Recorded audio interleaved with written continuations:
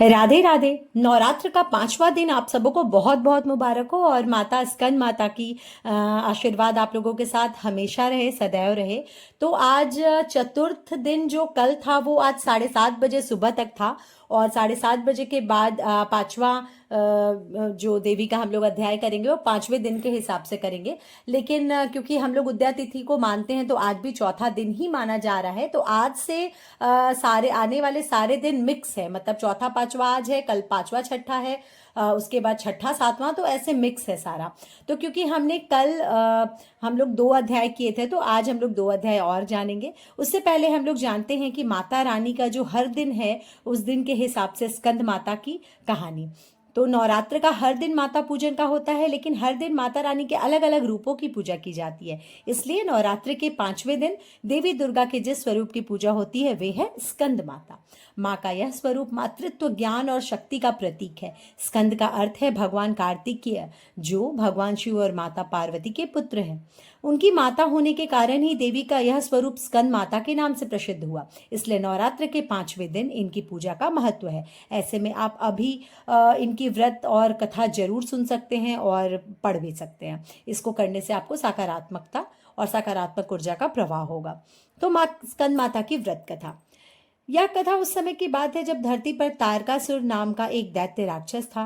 तारकासुर ने अपनी कठोर तपस्या से ब्रह्मा जी को प्रसन्न कर लिया। इसकी वजह से स्वयं ब्रह्मा जी को उसके सामने प्रकट होना पड़ा। इसके बाद ब्रह्मा जी ने उससे वरदान मांगने को कहा तो तारकासुर ने अमरता का वरदान मांगा। ब्रह्मा जी ने समझाया, तारकासुर, जिसका जन्म हुआ है उसकी मृत्यु निश्चित है।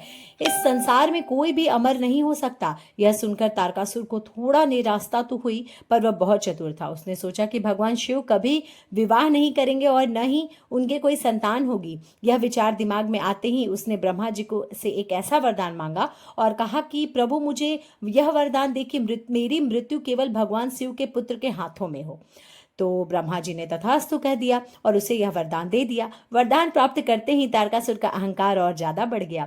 वह समझ गया कि अब उसे कोई मार नहीं सकता। उसने तीनों लोगों को में हाहाकार मचाना शुरू कर दिया। देवताओं, ऋषियों और मनुष्यों पर उसका अत्याचार बढ़ता ही जा रहा था। स्वर्ग लोक से देवराज इंद्र को भगा दिया गया और तारकासुर ने स्वयं को तीनों लोकों का स्वामी घोषित कर दिया।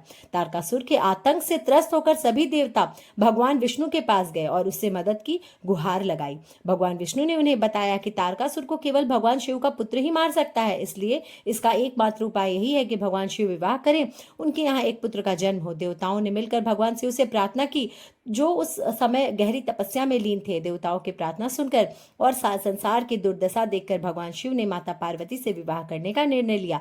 इसके बाद भगवान शिव और माता पार्वती का विवाह हुआ। उनके यहाँ एक अत्यंत तेजस्वी बालक का जन्म हुआ जिसका नाम कार्तिकेय रखा गया। उन्हें ही स्कंद कुमार के नाम से जाना जाता है।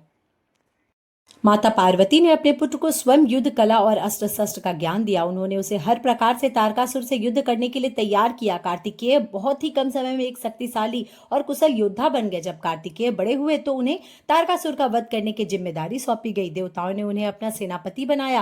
कार्तिकेय ने अपनी माँ की दी हुई शिक्षा और अपने पराक्रम से तारकासुर का वध कर दिया। इस प्रकार उन्होंने तीनों लोगों को उससे जो भी अत्याचार था उससे उन्होंने मुक्त कर दिया। भगवान कार्तिकेय की माता होने के कारण ही देवी पार्वती के इस स्वरूप को स्कंद माता कहा गया है। माँ स्कंद माता सदैव अपने भक्तों के ऊपर अपने पुत्र की तरह ही ममता लुटाती हैं। उनकी गोद में सदैव बालक कार्तिकेय विराजमान रहते हैं, जो इस बात का प्रतीक है कि माँ अपने भक्तों की रक्षा हर पल करती है। यह कथा हमें सिखाती है कि मातृत्व में कितनी शक्ति होती है। माँ स्कंद माता की पूजा करने से संतान सुख की प्राप्ति होती है। साथ ही वे अपने भक्तों को ज्ञान, बुद्धि और चेतना का आशीर्वाद देती हैं। ऐसा माना जाता है कि माँ स्कंद माता के सच्चे मन से उपासना करके भक्त जो है वो मोक्ष की प्राप्ति करते हैं और भवसागर से पार हो जाते हैं। तो आइए जानते हैं दुर्गा सप्तशती के 7वें और 8वें अध्याय का महत्व। दुर्गा सप्तशती का 7वां अध्याय चंड और मुंड का वध के नाम से जाना जाता है। इस अध्याय में देवी काली ने चंड और मुंड नामक राक्षसों का वध किया और उनके कटे हुए सिर देवी चंडिका को भेंट किया, जिसके बाद देवी ने काली को चामुंडा नाम से विख्यात कर दिया। यह अध्याय देवी की शक्ति और युद्ध क्षमता को प्रदर्शित करता है।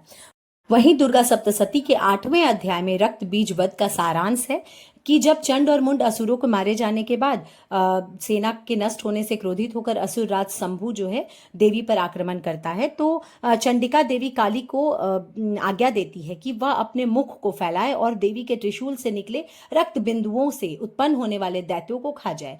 काली के मुख में असुरों और रक्त के भक्षण से रक्त बीज की शक्ति छिन्न होती है और अंततः उसे वज्र, बाण, खड्ग आदि से मार दिया जाता है।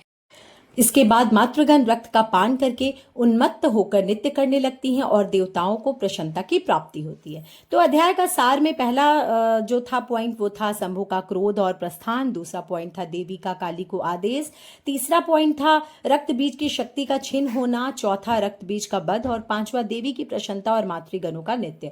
तो इस प्रकार 7वें और 8वें अध्याय में हम लोगों ने रक्त बीज का वध देखा और हम लोगों ने 7वें अध्याय में देवी का क्रोध, काली का प्रकटन और चामुंडा नाम से उनकी उत्पत्ति को देखा।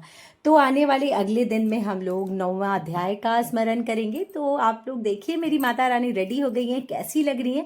आज मैंने पूरे मंदिर को एक ही तरह के जो वस्त्र हैं, मतलब एक ही कलर का वस्त्र में सजाया है। मैं उसका वीडियो ज़रूर अपलोड करूंगी, आप लोग देखिएगा, बताइएगा मेरी प्यारी सी माता रानी कैसी लग रही हैं। तो चलिए मिलते हैं नेक्स्ट वीडियो में। राधे राधे।